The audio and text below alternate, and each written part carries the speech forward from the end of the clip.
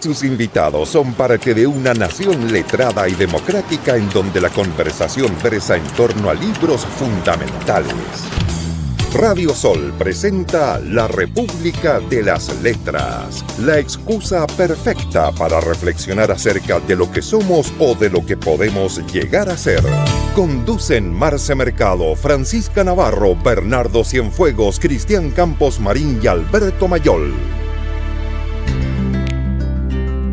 A poco de terminada la guerra en Europa, las noticias eran un interminable recuento de muertos y ciudades destruidas. Fueron 6 años y un día. El mundo en llamas que mostraron los informativos en los cines ahora se había transformado en un cementerio, en un botadero de escombros del tamaño de un continente. Por eso, la mañana del martes 5 de junio de 1945, cuando un periodista del diario El ABC de Antofagasta llegó hasta su casa de Mata 772, una calle considerada céntrica, pero cuya numeración específica hoy no existe, y le preguntó si ella era la madre de Raúl Morales Miranda, doña Artemia no pudo sino presentir lo peor. Pero aquel día su instinto de madre falló. «Su hijo está vivo, señora», le dijo el periodista, y le repitió que no era un alcance de nombre, que él mismo había dado señas de cómo ubicarla, con calle y número exactos, y si no creía que Raúl estaba vivo entre tanto muerto, entonces que la tarde del jueves de esa misma semana fuera a la redacción del diario, ubicada en calle Prat, en el centro de Antofagasta, pues a las 7:15 en punto, el servicio en español de la radio de la BBC lo iba a entrevistar en exclusiva para todo el continente. «Es un héroe de guerra, por eso quieren hablar con él», agregó el periodista, y como tal pidió que le concedieran un deseo, que avisaran a su madre para que lo escuchara, para que supiera todo lo que no había podido contarle. Después de casi 5 años, doña Artemia volvería a oír la voz del único hijo que le iba quedando. La edición del día siguiente del ABC abrió con un titular que ocupó 4 de sus 7 columnas. «En nuestra ciudad vive la madre del joven antofagastino que estuvo prisionero en varios campos de concentración». Y más abajo, «Es la señora Artemia, viuda de Morales, que nos concedió ayer una interesante entrevista. Tengo la certidumbre que muy pronto volveré a abrazarlo», nos dijo. Se embarcó en una nave griega torpedeada por submarinos nazis. Estuvo en los campos de concentración de Bremen y Milán. Periodista lo entrevistará mañana por medio de la BBC. Morales Miranda, un chileno en un campo de concentración nazi, del autor responsable, como señala la carátula, nuestro querido, un amigo de esta casa, Patricio Jara Álvarez, es el texto con que abriremos el verano, un pequeño periodo de descanso de nuestra República de las Letras, y que hoy se encuentra muy menguada por algunos que están cruzando el Atlántico, como el querido Alberto Mayol, y otros que están en labores propias de cuidado familiares, como el profesor Bernardo Cienfuegos. Por lo tanto, vamos a cerrar esta 10ª temporada de La República junto a mi querido y leal profesor Cristian Campos Marín. Hola, buenas noches. Oye, este libro, contémosle al tiro a la gente, nos lo hizo llegar, es un libro publicado ahorita, en octubre en octubre del 2025, por Ediciones, Dirección de Investigación y Creación de la Facultad de Comunicación e Imagen de la Universidad de Chile, y se trata de una, pero fantástica, apolínea de otro mundo. Yo lo encontré que era casi un artefacto, bueno, evidentemente una crónica periodística, que nos cuenta la historia real, historia de Raúl Morales Miranda, que es este antofagastino que llega a estar, o sea, eso es lo lineal, digamos, lo que se anuncia en la portada, pero que después vemos el transcurso de la vida de este antofagastino. Profesor Campo, ¿qué sentiste? ¿Tú sabías como profesor de historia No. de la región de Antofagasta que esto pasaba? No, para nada. Es interesante el texto porque de alguna forma, si uno pudiera ocupar esto como para enseñar lo que es cómo se va construyendo una investigación periodística. Porque él precisamente lo que hace el autor, no solamente contarte la historia de Raúl Morales Miranda, que además Cruz es, digamos, de alguna forma aplastado por este enorme conflicto que es la Segunda Guerra Mundial, un personaje común y corriente, por cierto, un antofagastino, vinculado a Chuquicamata, después a Antofagasta, se convierte en marino mercante, en fin, pero de alguna forma él también va dando cuenta de los ida y vueltas de un proceso investigativo, o sea, en el fondo es estos vacíos que te van quedando de una historia que no logra construir, las entrevistas fallidas, la vinculación con su familia, con la familia que queda de Raúl Morales, cómo eso va a alguna forma en estos ida y vueltas vaya armando un puzzle, y él mismo también reconoce que churra, te quedan ciertos vacíos en ese mismo proceso. Y a mí me parece que es súper valioso para un estudiante de periodismo, incluso para un estudiante de historia, que quisiera tomar esto como un insumo para poder, digamos, entender cómo funcionan los procesos investigativos. Yo, la verdad es que no soy investigador, pero uno siempre tiene la pasión de encontrarse con eso. De repente, no sé, un diario antiguo, de repente yo que tenía, digamos, trabajo en el Archivo Nacional, uno siempre está ahí hojeando, tratando de encontrar algo, y esto es como que te cuenta todo ese proceso.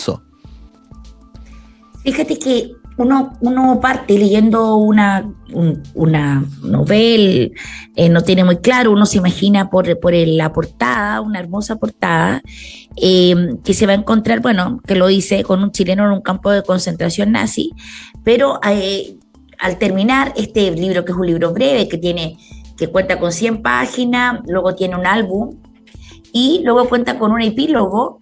Fíjate que yo sentí varias cosas en términos de literatura. No está el profesor Campos, que es quien entiende de técnicas narrativas, pero de algún modo yo sentí que estábamos frente como un artefacto, una especie de estas muñecas rusas que se van abriendo y que vas descubriendo, pero no solo eso, sino que hay rizomas, o sea, hay vueltas de tuerca varias veces. De hecho, está dividido en 3 partes, ¿cierto? La primera parte vamos del capítulo 1 al capítulo 10, donde de forma bastante lineal, ahí hay linealidad. Se cuenta la historia de Raúl Morales Miranda en una cosa bastante clásica. Nace en Antofagasta, o sea, nace en Calama y vive toda la vida en Antofagasta, y prueba suerte, que era bastante común, migrar de una zona minera, de una zona desértica, tener siempre el sueño de irse, que primero fueron los enganchados que llegaban acá. El modo de llegar a esta zona fue mediante el enganche, y el modo de partir de acá fue los embarcados, que aun cuando yo era niña, yo tenía compañeras de curso. Profesor, usted era un bebé que todavía no nacía, no siquiera era un bebé, era una cosa de esas que hay, un óvulo. Yo tenía compañeras que los papás eran embarcados, ¿no?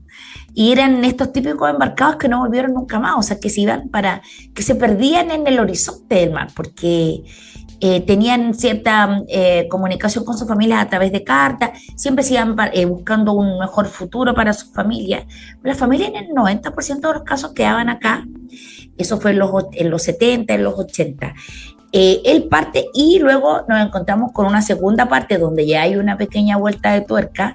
Se vuelca, hace el vínculo investigativo con Antofagasta, nos cuenta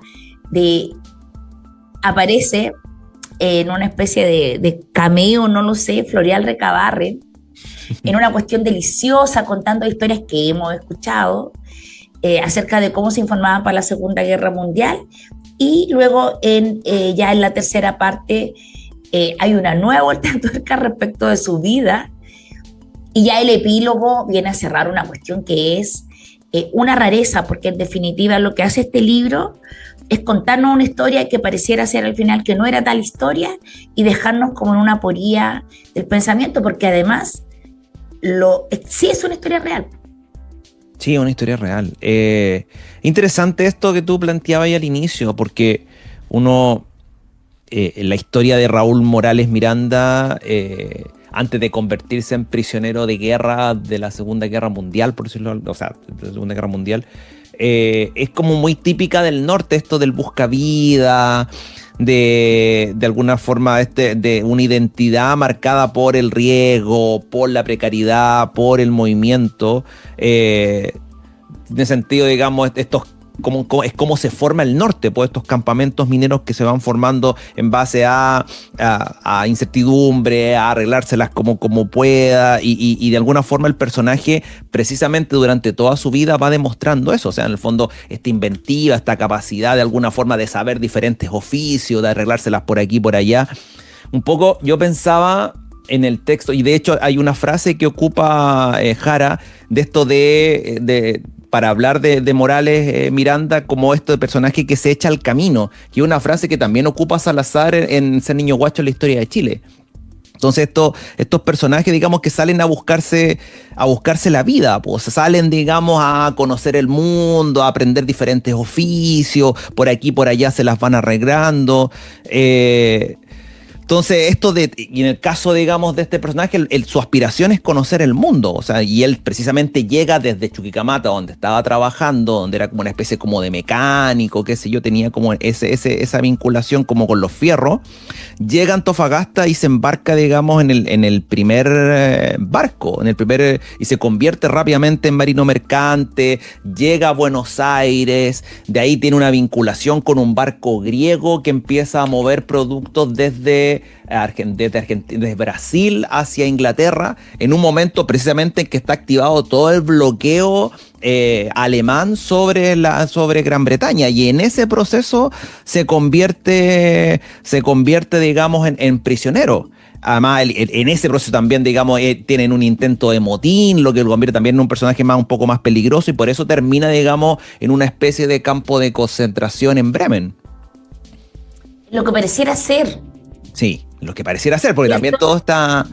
Porque después lo que hace Jara, estamos así, que lo que pasa es que yo no sé si este libro, yo me imagino que sí, porque tú eres profesor, pero los que somos meramente lectores es muy difícil, una vez que uno termina, yo no encontré un libro impactante. Encontré de lo mejor, un aporte a la identidad. Imagínate ahora que en un mes más vamos a celebrar con el profesor, vamos a hacer la ruta histórica que hacemos todos los años. Imagínate incorporar a un Morales Miranda dentro de la identidad antofagastina, como estos grandes personajes, porque como decía el profe, Patricio Jara se le cruza Morales Miranda haciendo... Él está haciendo una crónica de otro personaje, de un tipo que había sido aviador en la Segunda Guerra Mundial, que había muerto en eso, ¡pum! Y se encuentra con esto en el ABC. Mientras lo revisaba. En la biblioteca municipal, esta que está a la vueltita del Teatro Municipal. Además está lleno de uno. Todos hemos estado ahí. Sí, pues, claro, y además eso es lo que a mí más me impacta siempre de Jara, que él logra convertir a Antofagasta en este escenario literario. O sea, te mete el teatro, te mete la calle Castro, que a veces dice, oye, la calle Castro, Lautaro, yo viví en esa calle en muchos años. Oye, pero da la dirección. Sí. Da la dirección. Tenemos que pasar por ahí. Yo en Google Maps puse la dirección. Oye, pero yo he pasado por ahí, ¿cachai? Entonces, la capacidad de meterte en convertir a Antofagasta siempre, y además de muy buena forma, en estos escenarios de literatura, que lo hacen todos sus libros. Sí, Pato Jara hace una cuestión fantástica, a lo mejor muy en estilo de Morales Miranda. Pato Jara se larga tempranamente de Antofagasta, él actualmente es un profesor de la facultad de la Escuela de Periodismo de la Universidad de Chile, pero él es un escritor que se larga de Antofagasta para escribir siempre acerca de Antofagasta. O sea, él emigra a Antofagasta para quedar fijada su memoria y su mirada acá. Los libros que hemos leído de él son magníficos, o sea, y hacen un retrato indiscutido, porque él juega poco con la ficción, es un tremendo investigador. Oye, yo creo, profesor Campos, que tenemos que ir al primer tema. Ya, voy a ir con mi tema porque yo sé que tú estás pegada en otros temas, en otros menesteres internacionales. En el desarrollo de la conversación quizás los cambie, bueno, no lo sé. Así que yo voy a ir con mi tema. Y bueno, yo pensaba precisamente, yo me quedé muy pegado en esta construcción, digamos, popular chilena, respecto de esto, de busca vida, de moverse de un lado para otro, de buscar de alguna forma, es como casi como un especie de condorito, digamos, que queda atrapado en un conflicto mundial, un personaje común y corriente, digamos, que todos hemos conocido. Y en ese sentido, vamos con Río Ancho de Congreso.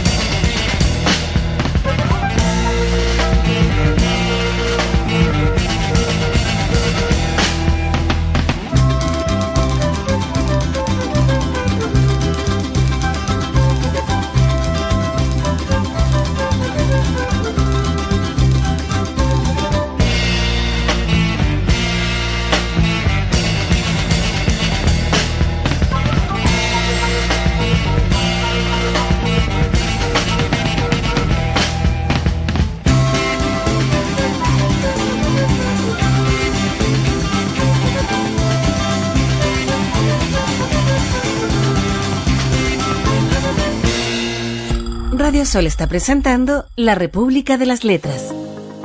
Durante toda mi infancia vi trenes. La casa de mis papás en Antofagasta estaba muy cerca de la línea por donde pasaba el cobre desde Chuquicamata rumbo al puerto.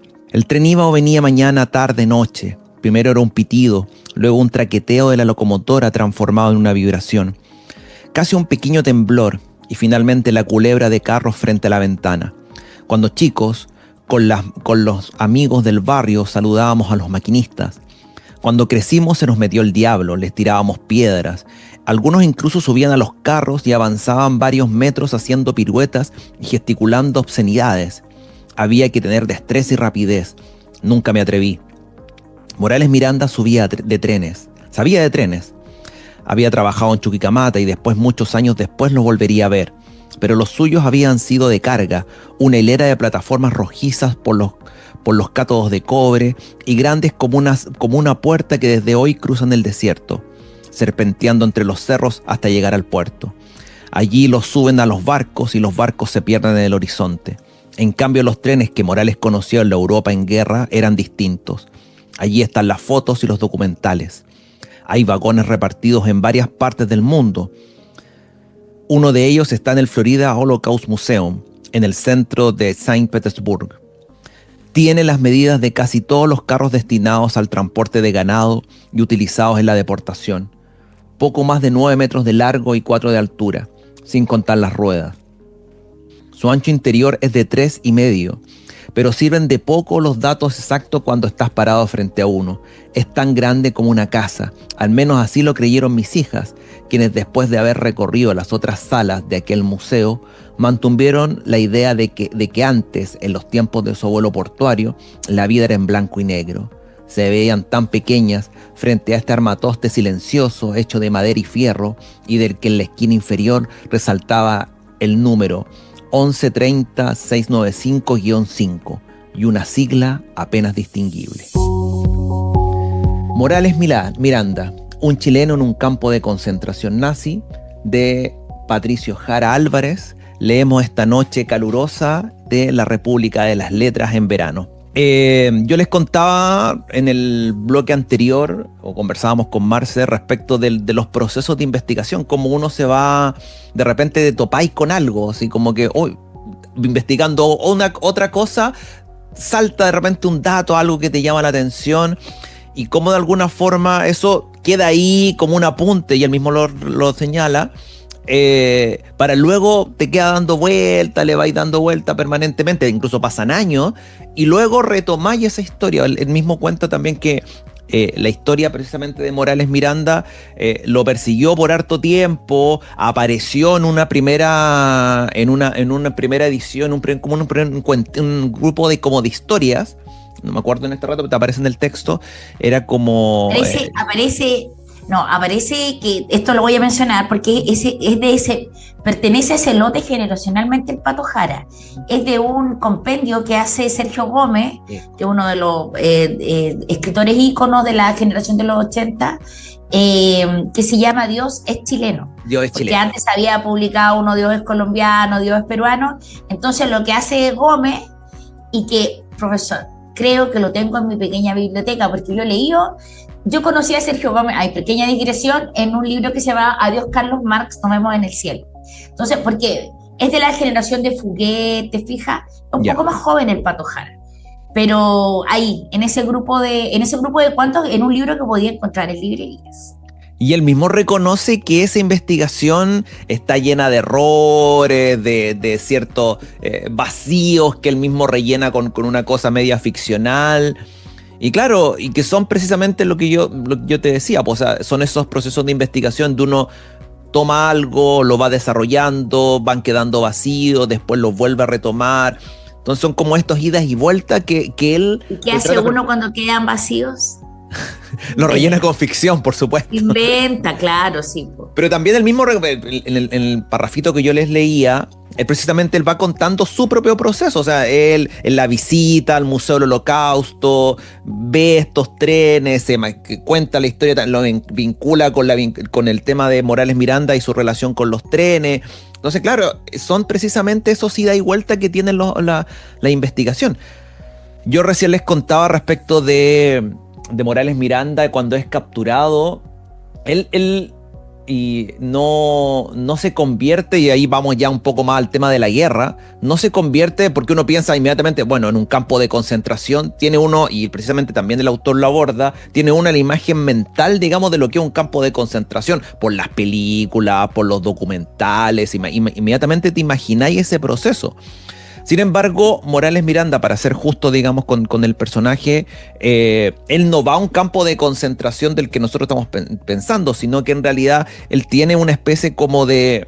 va a esta Marlac, digamos, a este campo de concentración, que por supuesto tiene características distintas, un poco más suaves, si podríamos decirlo de alguna forma. Y eso básicamente... Sí, eran campos de trabajo. Exacto. Eran campos de trabajo. Y disculpa que te interrumpa, profe, yo sé que es muy interesante lo que estás diciendo, pero solamente quiero decir que Heidegger tiene como esta diferencia que hace, porque lo que hace Jara es no llegar a ninguna conclusión, que es la riqueza. Casi termina siendo un concepto abierto. Heidegger, nací arrepentido, dice que no eran campos de exterminio, eran campos de fabricación de cadáveres, el año 49, en el sentido de que yo creo como de estas distintas formas, y porque de eso nos enteramos al final con el epílogo que hace esta historiadora Anja Hasler, con Ken el Pato Jara, es una cosa re bonita, que también es como es bonito como nos va mostrando. Yo no lo había visto así, profe, pero como tú has hecho investigación porque eres magíster, esto como que ella se va como pimponeando, él se va pimponeando con ella respecto de la información que él va obteniendo. Claro. Y ahí, claro, en esto de llenar vacíos, oye, yo tengo esto, yo vi que él ya tiene una investigación respecto a los españoles. Y él encuentra una foto con estos españoles que podrían ser, entonces... había leído esto, se lo envía, oye, podría ser tus españoles, y él le envía varios datos de vuelta. Ahí descubre, digamos, que el tema de, bueno, lo conversaremos, pues aparece en la tercera parte, de que en algún momento tuvo este matrimonio del que nunca nadie se enteró, digamos, esta hija también. Que son también, es parte mucho de las historias que uno ha conocido de estas personas que aparecen, desaparecen, aparecen nuevas familias, que es muy propio de Chile, es todo eso, es muy propio de estos chilenos que van por el mundo, digamos, o por diferentes partes del norte, digamos. Oye, pero es... bueno, te quiero hacer lectura porque además es un libro que además en la técnica narrativa de Jara, que es muy buena, está muy bien escrito. Dice: Raúl Morales Miranda vivió una parte de la guerra encerrado en barracas. Acá ya estamos, ya pescaron el pesquero griego, le atacaron unos misilitos. En más de 4 años, al otro lado de cercos electrificados, perdió la cuenta de la gente que vio morir. Después de la evacuación del campo, permaneció un tiempo en Bremen, que era donde estaba, ciudad donde fue galardonado por su participación en la revuelta, que dijo, comillas, se organizó desde dentro para facilitar la entrada de las tropas de liberación. Cuando dio la entrevista a la BBC, porque esto parte, ¿cierto? Porque se registra en Antofagasta, porque él da una entrevista a la BBC y pide que vaya su mamá. Morales llevaba puesta una albardilla al gran mérito en reconocimiento a los servicios prestados como marinero mercante durante la guerra. Aquella condecoración se sumó a la insignia que se les arrancó del uniforme a los alemanes, ahora convertidos en prisioneros. El chileno se paseaba frente a ellos mismos mascullando insultos en español. Aquel fue el modo que tuvo para desquitarse, aunque más tarde su rayo lo haría exclamar, lo que sirvió a la ABC para titular la noticia: ahora lo único que quiero es ser jefe de un campo de concentración para nazis y devolverles todas las patadas. Porque es interesante, porque ese es el relato de Morales Miranda. Claro. Que conocemos por las hijas, porque el Pato Jara se entrevista con la hija de él. Él había falleció el año 77 en su casa de calle Castro, acá en Antofagasta. Pero es interesante porque luego él contrasta ese relato con hechos reales. Claro, exactamente. O sea, y finalmente es bien interesante eso, porque si hay algo que permanentemente Jara está luchando precisamente con esta construcción heroica del que uno tiende, digamos, a irse para allá. Un chileno se vio en el campo de concentración 5 años.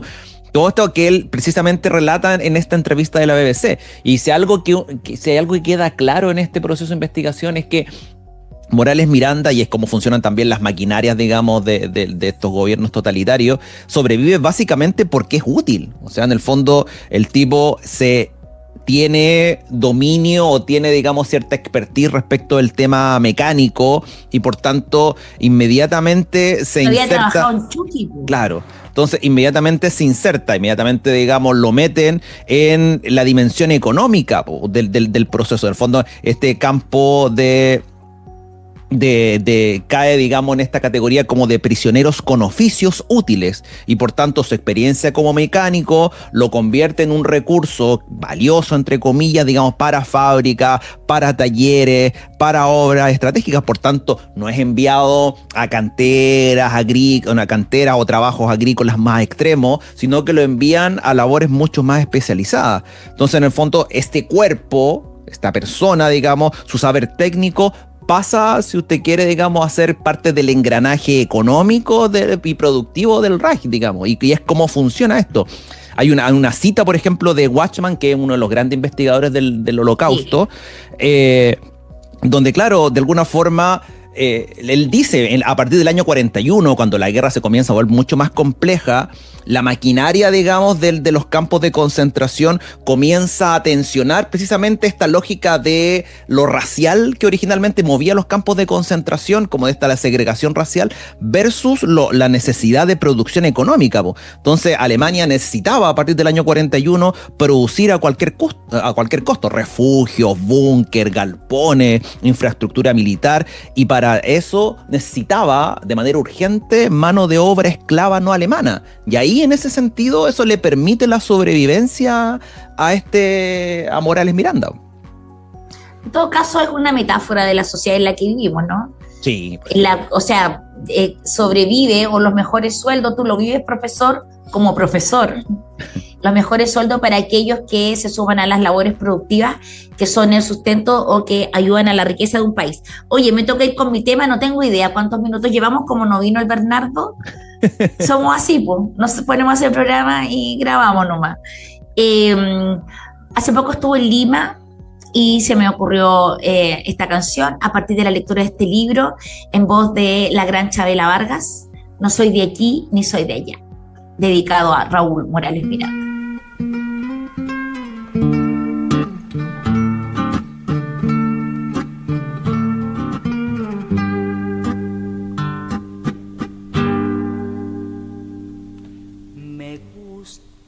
El sol y la mujer cuando llora, las golondrinas y las malas señoras, abrir balcones y abrir las ventanas, y las muchachas en abril. Me gusta el vino tanto como las flores y los amantes, pero no los señores. Me encanta ser amiga de los ladrones y las canciones en francés. No soy de aquí y soy de allá, no tengo edad ni por venir, y ser feliz es mi color de identidad. No soy de aquí ni soy de allá, no tengo edad ni por venir, y ser feliz es mi color de identidad.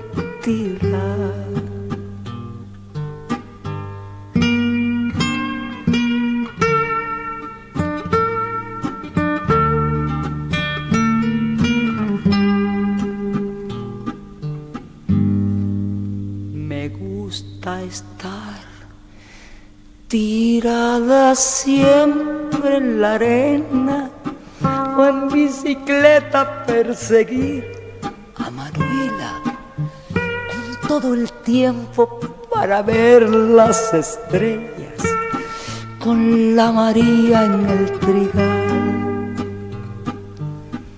No soy de aquí, ni soy de allá, no tengo edad ni por venir, y ser feliz es mi color de identidad. No soy de aquí, ni soy de allá, no tengo edad ni por venir, y ser feliz es mi color de identidad.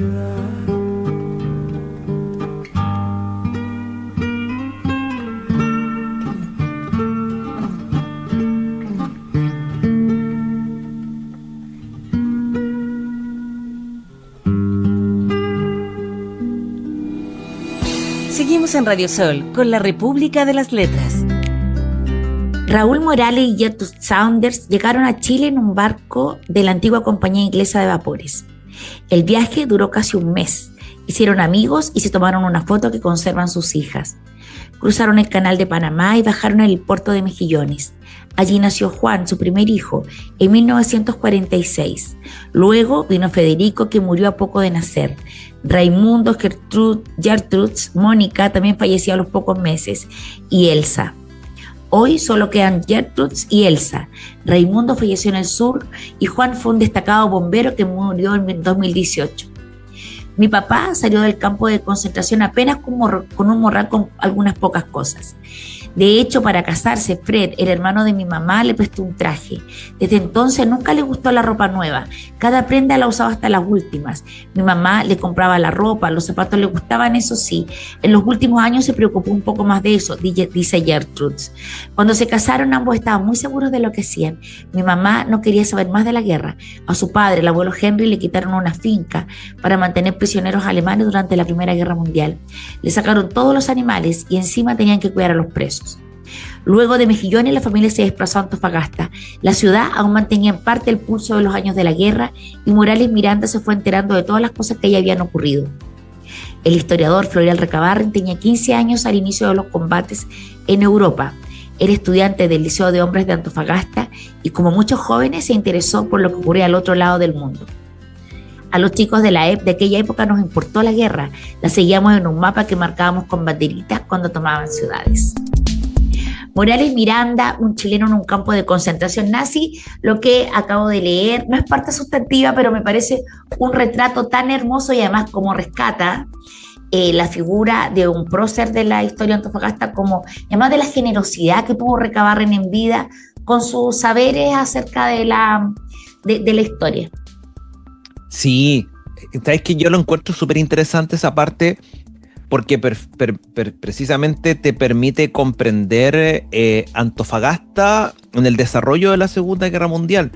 Y que uno dice, pero bueno, ¿qué tiene que ver Antofagasta con la Segunda Guerra Mundial? Y en realidad hay una cercanía mucho más de lo que solemos imaginar. O sea, en el fondo vemos, ocupando el concepto, vemos una Antofagasta, por decirlo de alguna forma, globalizada, porque por supuesto su economía siempre ha estado ligada al cobre, a Chuquicamata en este caso, al comercio marítimo, a una fuerte presencia de inmigrantes europeos, británicos, alemanes, griegos, españoles, y esa composición social hizo que la guerra no se viviera como una cuestión muy lejana, que no tiene nada que ver con la ciudad, sino que un conflicto que dividió opiniones, lealtades, afecto, incluso en la vida cotidiana, y en ese sentido también la prensa juega un rol súper importante. O sea, el Mercurio de Antofagasta, el Popular, el ABC, dedicaban, como tú señalabas ahí en el texto, páginas primero a la guerra, y también tenían estas pizarritas que iban actualizando con los mismos periodistas, iban escribiendo durante el día, iban pegando afuera y la gente se agolpaba a leer los avances, los bombardeos, las derrotas, todos estos rumores que se van generando en torno a la guerra. Entonces, claro, pero además a eso le sumamos precisamente que la ciudad, el clima informativo de la propia ciudad vivía en un rumor permanente, porque existía la posibilidad de que, no sé, por los convoys que zarpaban, digamos, con cobre, fueran interceptados, digamos, por buques alemanes. O muchas veces habían ciertos avistamientos, o en realidad se pasaban rollo, digamos, de que habían avistamientos de luces en la costa. En algún momento Estados Unidos manda unos reflectores también, digamos, para avisar, digamos, naves enemigas. Entonces todo eso iba alimentando un clima cotidiano. Además hay un grupo de jóvenes también que en algún momento británicos sobre todo, que querían enlistarse en la guerra. Entonces, claro... Se alistan. Se alistan. Hay un grupo que se alista y parte y le hacen una despedida y todo.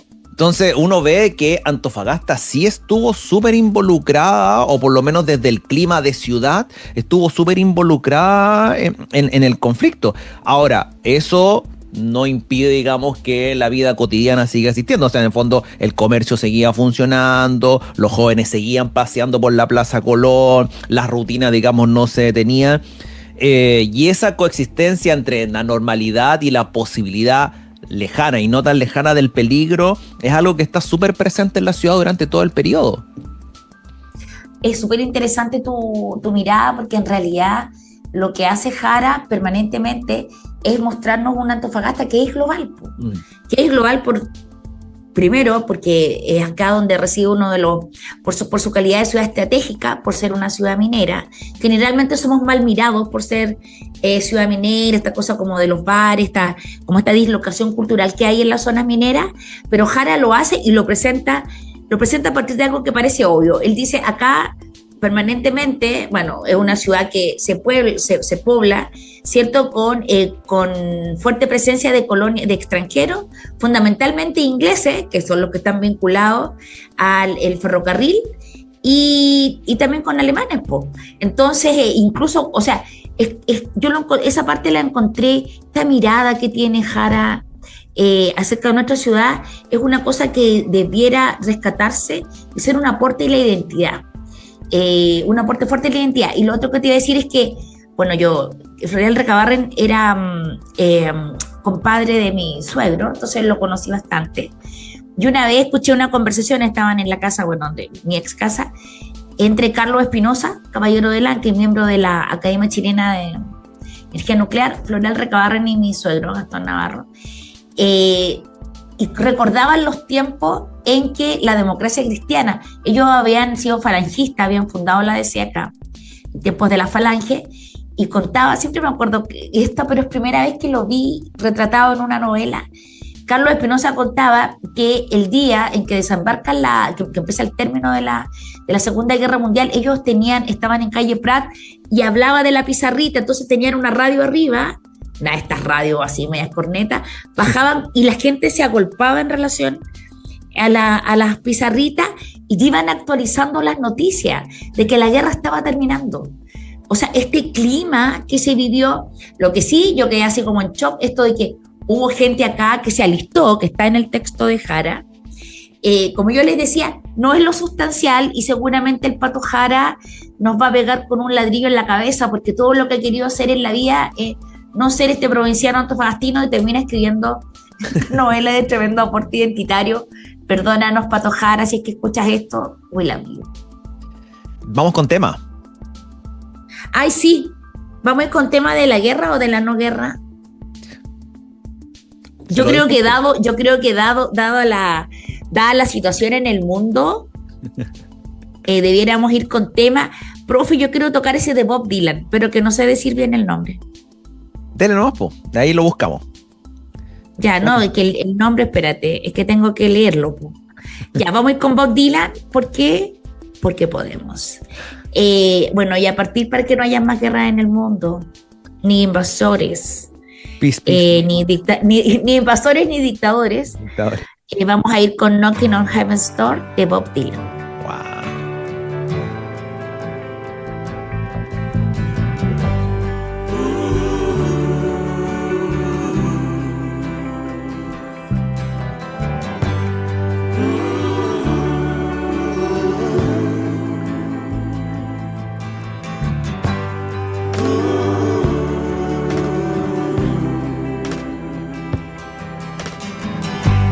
Mama, take this badge off of me. can't use it anymore. It's getting dark, too dark to see. I feel I'm knocking on heaven's door. Knock, knock, knocking on heaven's door. Knock, knock, knocking on heaven's door. Knock, knock, knocking on heaven's door. Knock, knock, knocking on heaven's door. Mama put my guns in the ground. I can't shoot them anymore. That long black cloud is coming down. I feel I'm knocking on heaven's door. Knock, knock, knocking on heaven's door. Knock, knock, knocking on heaven's door. Knock, knock, knocking on heaven's door.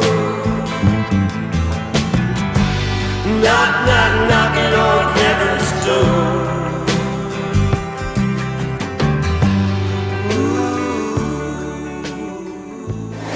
En Radio Sol, la radio para los grandes sueños. Seguimos con la República de las Letras.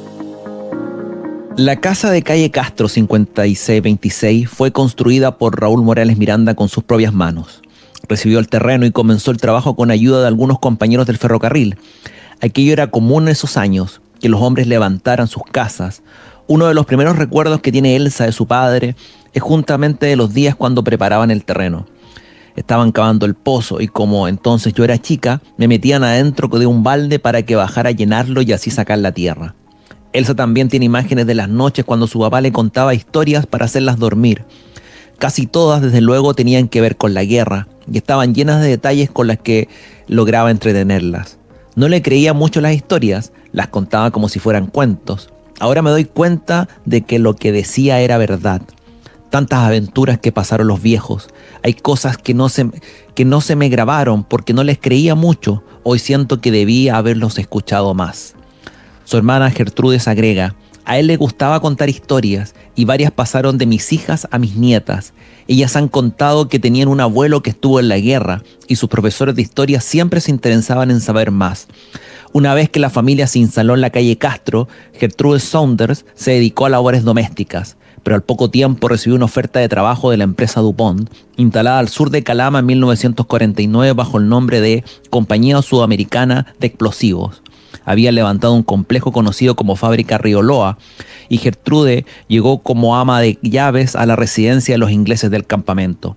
Raúl entró a la fábrica de explosivos. Ella trabajaba puertas adentro y él hacía turnos. Donde fuera que llamaran a mi mamá, allá íbamos. Había un delegado de la empresa de ferrocarril, Mr. Thompson, que coordinaba todo, incluía la casa donde íbamos a vivir. Una vez que eso estaba resuelto, llegábamos nosotros, toda la chusma arriba de un camión de mudanza, un camión con forma de carroza de funerales, recuerda Elsa. Su hermana mayor Gertrudes tenía 7 u 8 años en ese tiempo. Como mi mamá estaba en la residencia a tiempo completo, era mi papá el que cocinaba en la casa, pero había que tenerle miedo. La cebolla, la zanahoria, los ajos los pelaba entero, con toda la cáscara porque decía que ahí estaban las vitaminas. Apenas les quitaba las puntas. Él me enseñó a cocinar, a lavar y a mantener una casa. Yo sé de carpintería, de construcción y de instalaciones eléctricas gracias a él.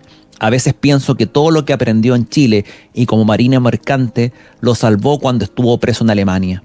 A los que sabían hacer cosas los ocupaban siempre. Mi papá tuvo suerte, claro. Así como muchos murieron, también muchos se salvaron, por lo que eran capaces de hacer y a los nazis les servía. El viejo era muy entrador. Se ganaba a la gente, la convencía, se las ingeniaba. Tenía mucho bla bla, porque al final una cosa es estar en un campo de concentración tantos años y otra salir con vida. Morales Miranda, un chileno en un campo de concentración nazi. hemos leído esta noche en La República de las Letras.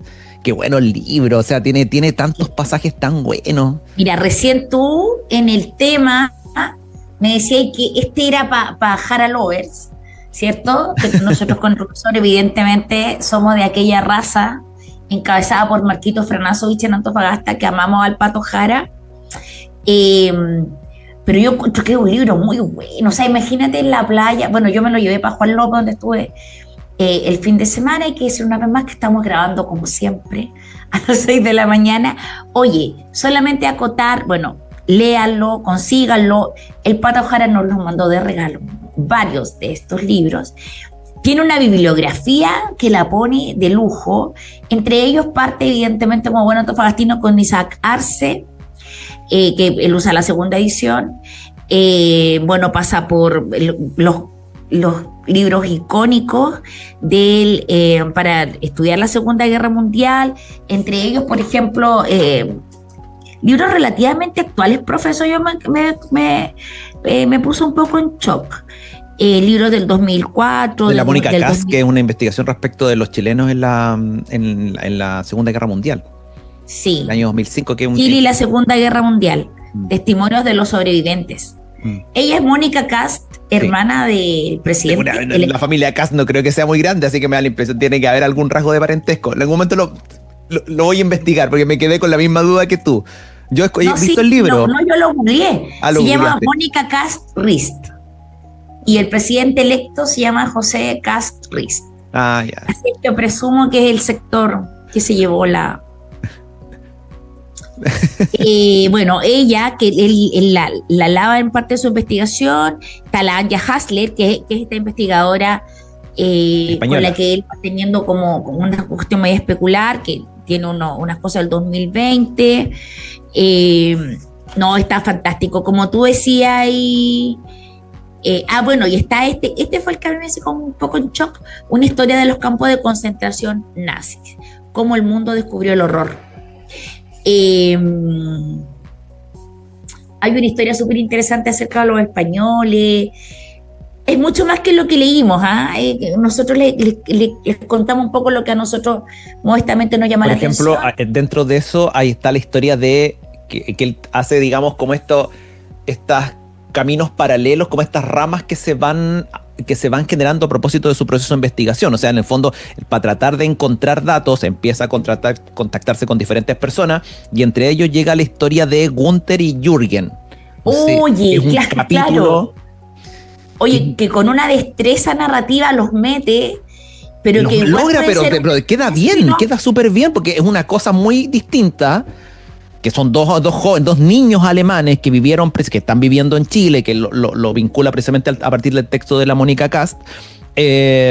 De alguna forma te va complejizando de alguna forma el cuadro histórico, porque claro, en el caso de Jürgen y de Gunther, ellos son niños, ellos ambos relatan que cuando niños vieron precisamente a Hitler, alguno que otro, por precisamente cómo estaba construido el sistema educacional alemán en la época, tuvieron que participar de las juventudes hitlerianas, fueron educados precisamente en este sacrificio, en esta idea de la grandeza nacional.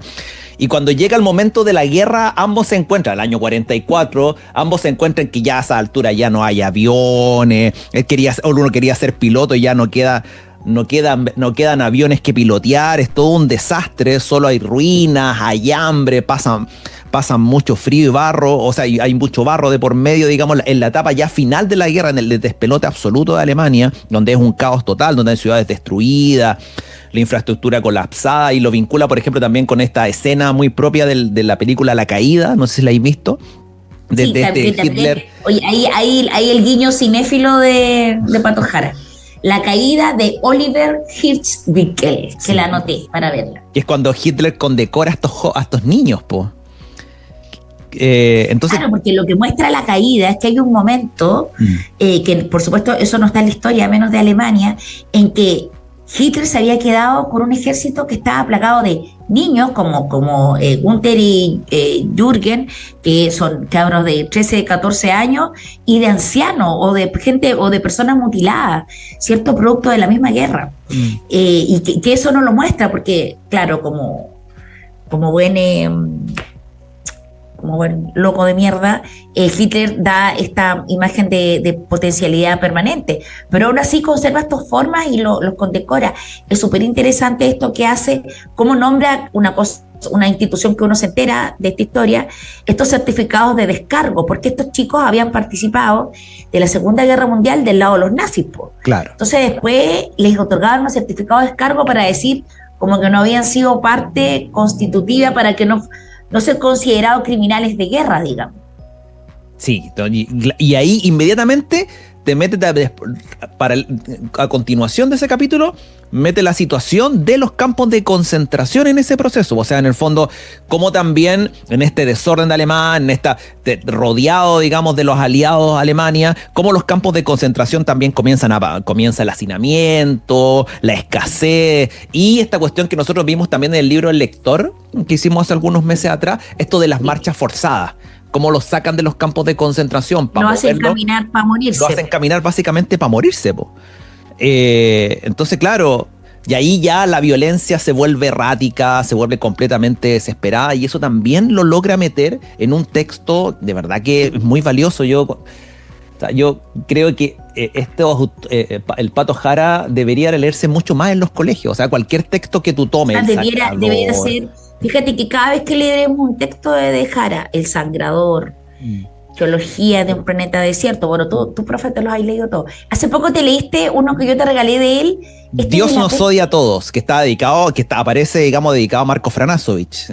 A nuestro Marquito Franasovich. Nuestro, nos pertenece. Que además él hace una ucronía, pues logra meter, digamos, la peste negra en Antofagasta.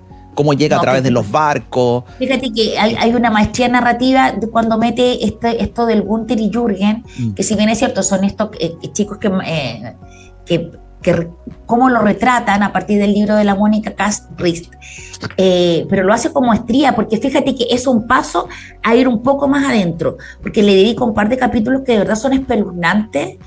Es un retrato, si bien es cierto, sabemos que en la Segunda Guerra Mundial este genocidio tremendo fue de horrores inimaginables, pero él lo narra con maestría. O sea, por ejemplo, este hombre que va y se roba este pan, se lo pone de almohada y le habían cortado las puntas, los bordes, porque ya, o cómo se hacían caldo de cáscara de papa. Sí, bueno, Dios salve a Pato Jara. Podríamos seguir hablando mucho rato más. No, sí, porque profe. Yo sé que hicimos el programa los dos, imagínate. Sí, no, y no estuvo Alberto Muyor, que está cruzando el Atlántico, como peón guiñanque, y el Bernardo, que esperamos que se encuentre bien en sus labores de cuidador. Ya, oye, tenemos que anunciar algo. Durante el mes de enero y febrero vamos a reponer programas que ya hemos realizado, porque nos vamos a dedicar a leer. Estoy así como que nuevo, vamos a leer lo que queramos. Y volveremos en la última semana de febrero, como siempre, a través de las ondas de Radio Sol. Agradecer inmensamente a la Radio Sol, que nos tiene así. La generosidad de darnos este espacio para poder hablar de libros. Somos los machucas de Radio Sol, porque no pagamos nada para estar ahí.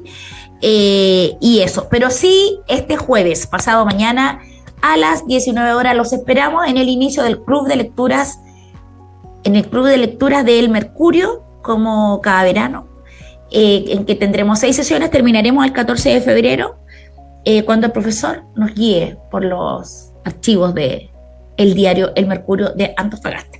Así que les esperamos. Gratuito y de calidad. Así, no sé de calidad, pero gratuito. De dudosa calidad, pero gratuito. Pero gratuito. Oye, y así damos cierre a la 10ª temporada. Nos vemos a fines de febrero, siempre que Dios lo quiera. Y esta ha sido La República de las Letras. Muy buenas noches. Buenas noches. Fue La República de las Letras. Hasta la próxima semana, cuando nos reunamos en torno a los libros con un viaje imaginario por un mundo sin límites. A preparar las maletas. Conducen Marce Mercado, Francisca Navarro, Bernardo Cienfuegos, Cristian Campos Marín y Alberto Mayol.